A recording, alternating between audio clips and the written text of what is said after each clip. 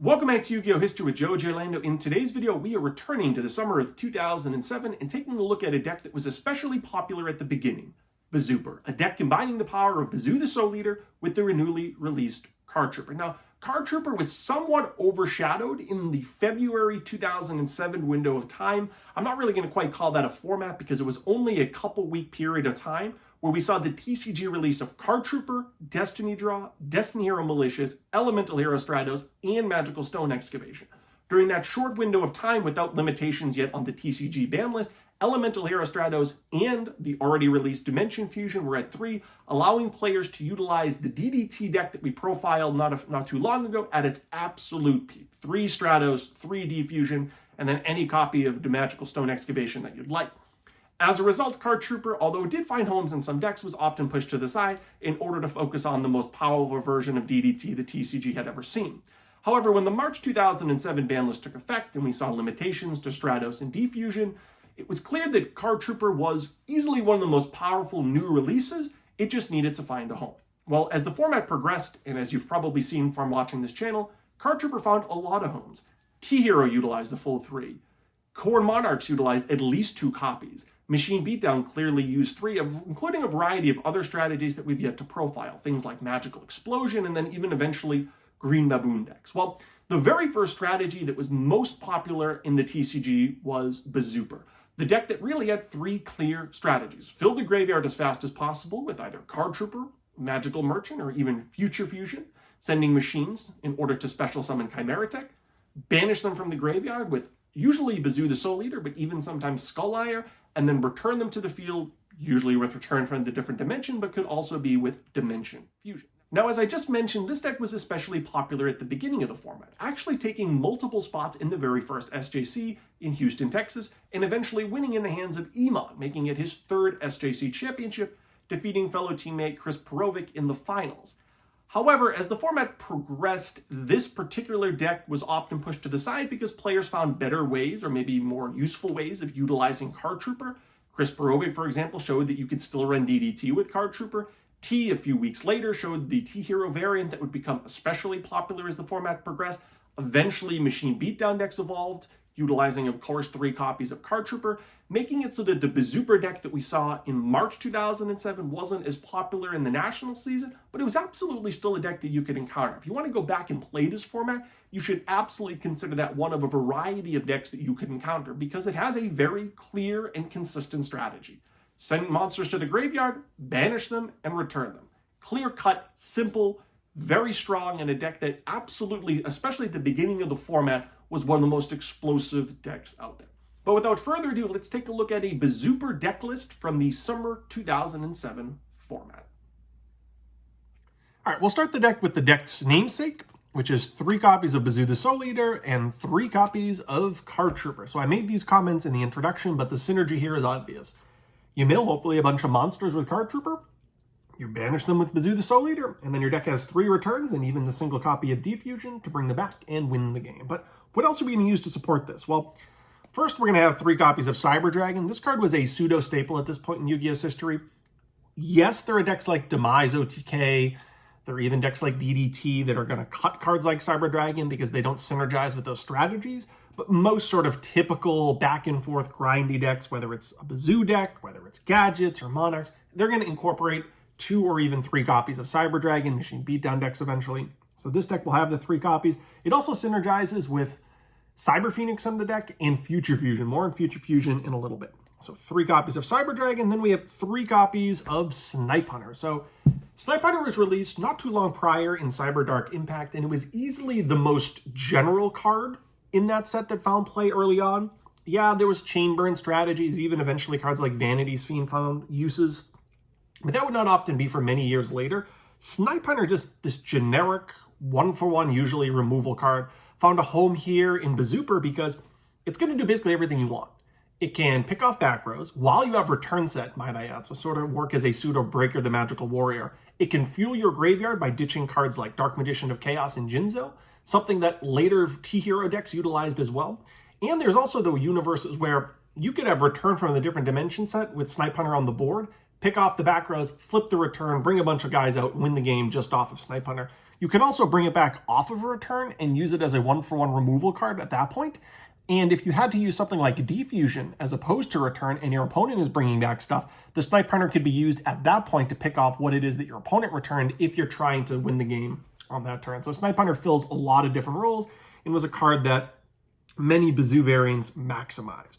From that point on, I personally like Dekoichi as one of the next monsters. Emon elected to use 2 copies of Gravekeeper Spy, which I don't love because with Magical Merchant and Trooper, there's a reasonable chance you just mill one of the spies.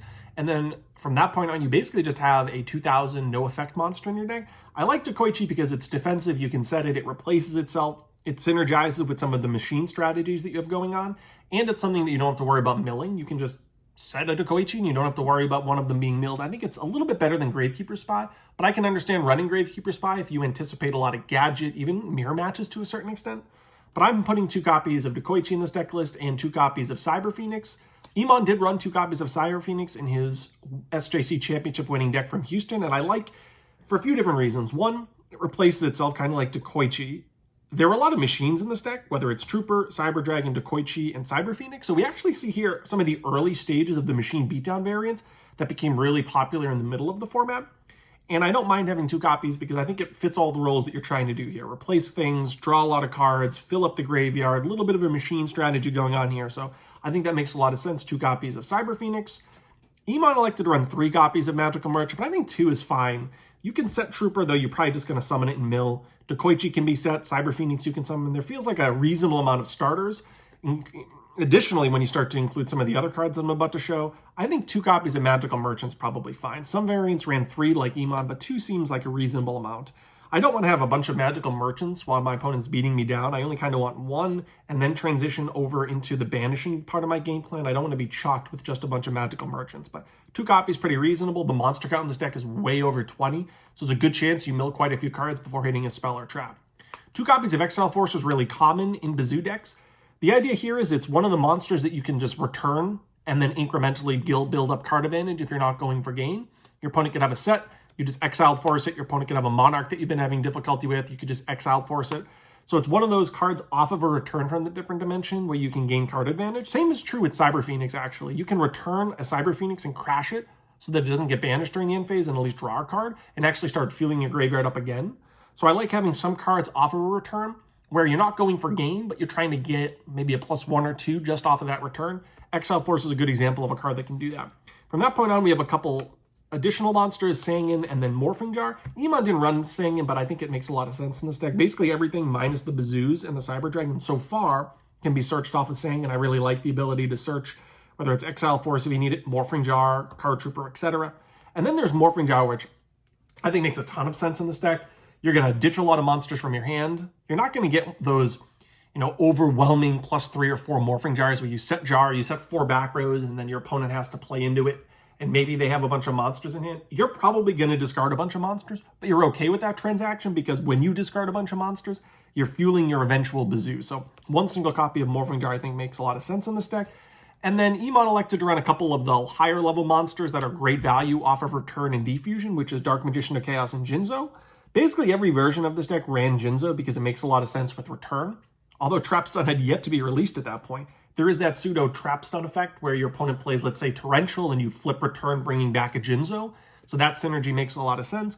I don't mind Dark Magician of Chaos. This deck doesn't have a lot of good spells. It has a very small spell lineup, but Dark Magician of Chaos is still one of the best cards to bring back off of return. And like I mentioned, you're not necessarily always winning the game off of return. So when you bring back a Dark Magician of Chaos, an Exiled Force, and a Cyber Phoenix, you basically just generated a +2 where you're bringing back a spell, popping a monster, maybe recurring a draw. I think that makes a lot of sense because not every game is going to be that obvious return for game. So getting card advantage cards makes a lot of sense. Plus you're running 3 Snipe Hunters, so ditching a Dark Magician of Chaos and recurring it with either Premature Burial or Call of the Haunted, something we saw a lot out of T-Hero variants, also made a ton of sense. So I personally don't mind having a Dark Magician of Chaos. You could also Tribute Summon it pretty easily. If you return for 2-3 monsters and you Tribute Summon for a Dark Magician of Chaos, well, there it's on the field naturally, and now all of your future returns or defusions are incredibly powerful. So there's a lot of ways to either cheat Dark Magician of Chaos onto the board or just naturally Tribute Summon it because you're running cards like Return. But this is our pretty robust monster lineup. There are a ton of monsters in this deck, way over 20.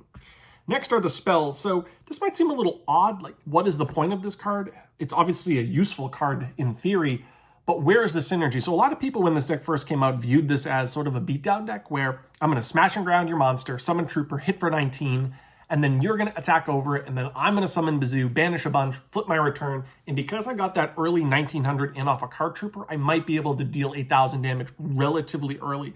And a lot of players, whether it was Emon in his winning deck, or other players in the top 16 of Shonen Jump Houston, even in the future Shonen Jumps for this deck did well, like Montreal, multiple copies of Smash and Ground in virtually all of the lists, whether 2 or 3 copies. And that's precisely the reason why. Chip away, incrementally deal some damage, make it so that the return from the different dimension that you activate on turn 3 or 4 is going to deal enough damage, because early on in the game, you just whittled away an opponent's monster and got to direct attack it. Whether that's with a Cyber Phoenix or a Card Trooper, that ability to just chip away a little bit of life points because you cleared the path on turn 1 was the precise reason why a lot of players like to run 3 Smash and Grounds, although this isn't your typical gadget deck that might otherwise be using a card like this. So it might seem a little bit out of place, but the logic back in the day was the ability just to chip away some damage. And in addition to that, beyond the chip damage that you can deal, you flip a turn and then just Smash and Ground whatever they have. Let's say you brought back a Jinzo, you might just be able to attack directly there for game. So there's that ability just to clear the field also, and you could bring it back off a Dark Magician of Chaos.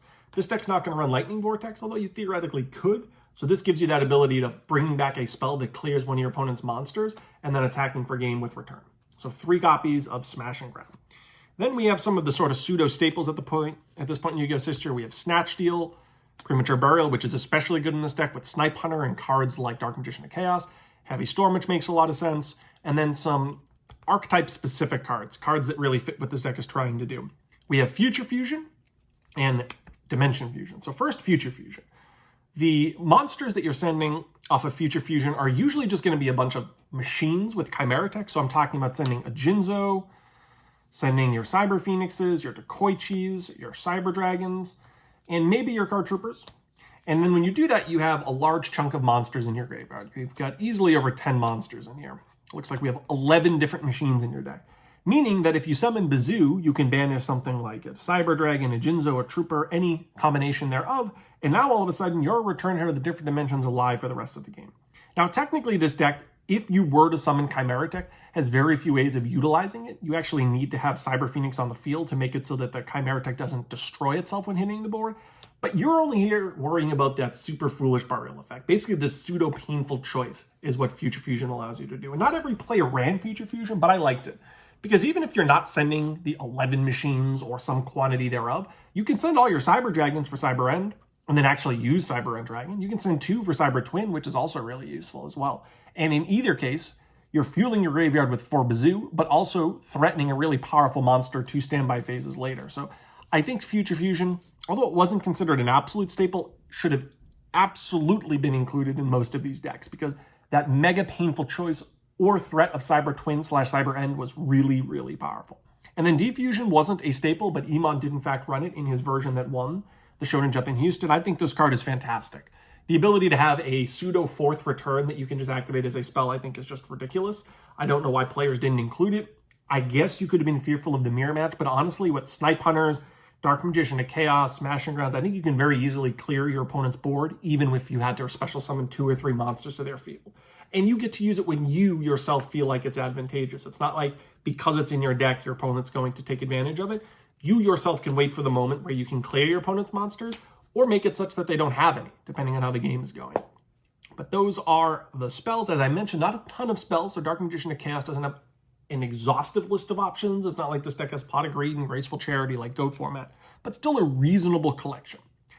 Which then brings us to our trap. So first we have obviously 3 copies of Return from a Different Dimension. That is sort of the 3rd card in this deck's namesake, Bazooper Return.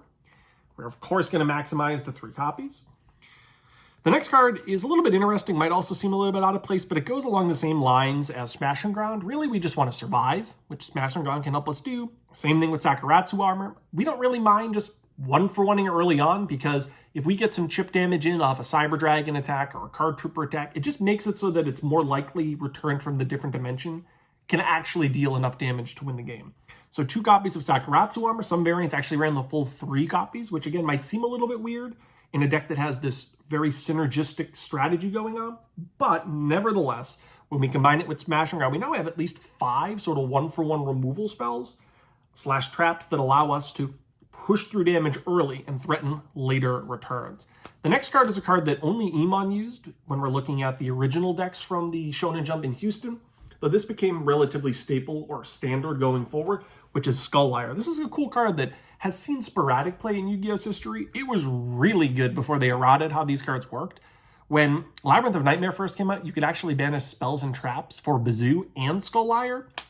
Once it was errated to only monsters, it fell out of popularity, but it did find a home in this deck. So we have 20 plus monsters in our deck.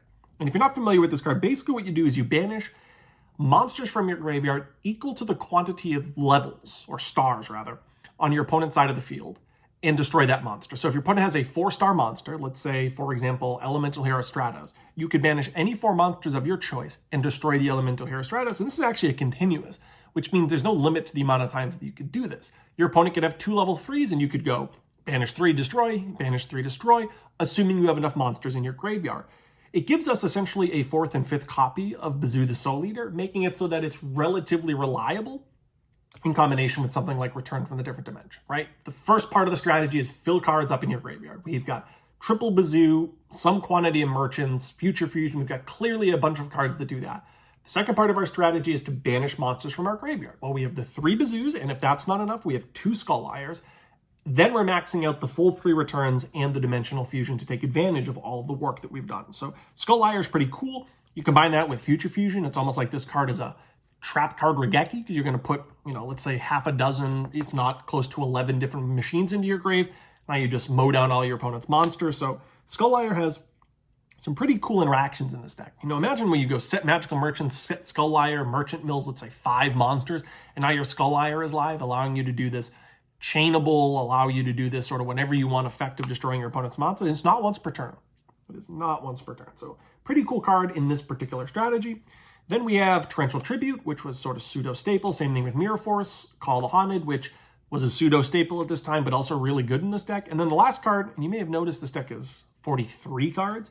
Emon didn't run this, but I like Ring of Destruction in this deck. Some Bazoo players ran Ring of Destruction. I can understand the fear of drawing Ring after return, but chances are Return has probably won you the game or pretty dang close to it. And having Ring before Return, I think, can make it so that you deal damage sufficiently early on and make it so that Return actually wins you the game, right? If we're going to run Sakuratsu Armor and Smashing Ground to push through incremental damage, survive, well, Ring of Destruction does basically the same thing, and your opponent might even be running Return from the Different Dimension, so you could chain this to your opponent's Return, killing a big monster on the field and making it so that because they paid half their life points, they just lose the game.